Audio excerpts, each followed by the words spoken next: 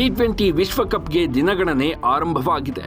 February 7ರಂದು ಪ್ರಾರಂಭವಾಗಲಿರುವ ಈ ಟೂರ್ನಿಗೆ ಹಾಲಿ champion Bharat December 20 ಶನಿವಾರದಂದು ತನ್ನ ತಂಡವನ್ನು ಪ್ರಕಟಿಸಲಿದೆ.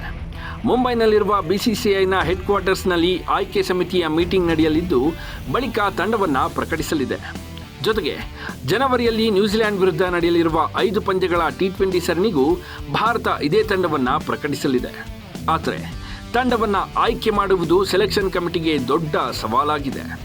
Captain Suryakumar Yadav, vice captain Shubman Gill form ಕಳೆದುಕೊಂಡಿರೋದ್ರಿಂದ ವಿಶ್ವಕಪ್ಗೆ ಅವರನ್ನೇ ಮುಂದುವರಿಸಬೇಕು ಅಥವಾ ಅತ್ಯುತ್ತಮ ಫಾರ್ಮ್ನಲ್ಲಿರುವ ಜೈಸ್ವಾಲ್, ಋತುರಾಜ್ ಗಾಯಕ್ವಾಡ್, ಇಶಾನ್ ಕಿಶನ್ರನ್ನು ಪರಿಗಣಿಸಬೇಕು ಅನ್ನೋ ತಲೆನೋವು ಶುರುವಾಗಿದೆ.